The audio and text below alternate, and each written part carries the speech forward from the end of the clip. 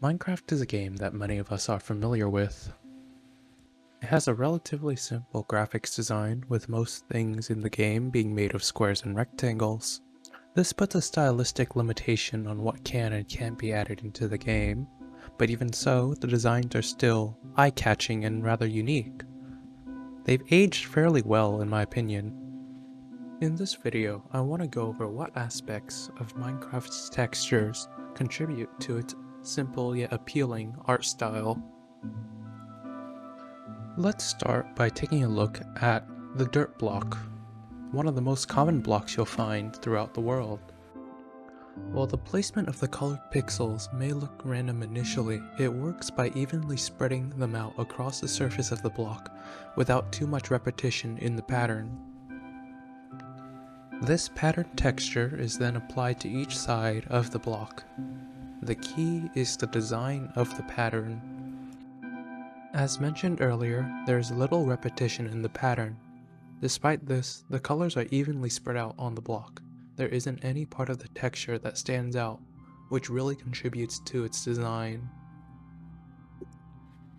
This allows the block to blend in seamlessly with itself when placed side by side, as there are no initial distinguishing aspects.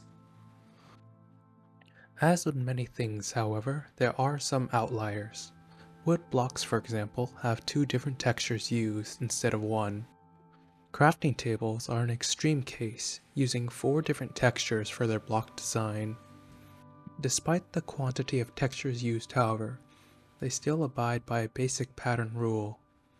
While they do have unique patterns that approximate an IRL counterpart, they are all able to seamlessly blend in with one another when placed side by side. Because of this, we often push these minor details to the back of our minds as we focus on the other aspects of gameplay, such as building, mining, or combat. But these minute aspects of the game are what allows us to more easily focus on the other aspects of the game. They are meant to be subconsciously phased out as we get used to the textures of the game. We notice general aspects about an object or block due to the minute details in the textures highlighting them. And that is what good textures should be, unnoticeable. Oftentimes, we only notice these details because they're considered bad. They stand out and draw our attention due to their flaws. In this case, however, I would just like to bring some attention to some details that many people don't even give a second thought about, something that would usually just go unnoticed. Thank you all for listening to me ramble a bit.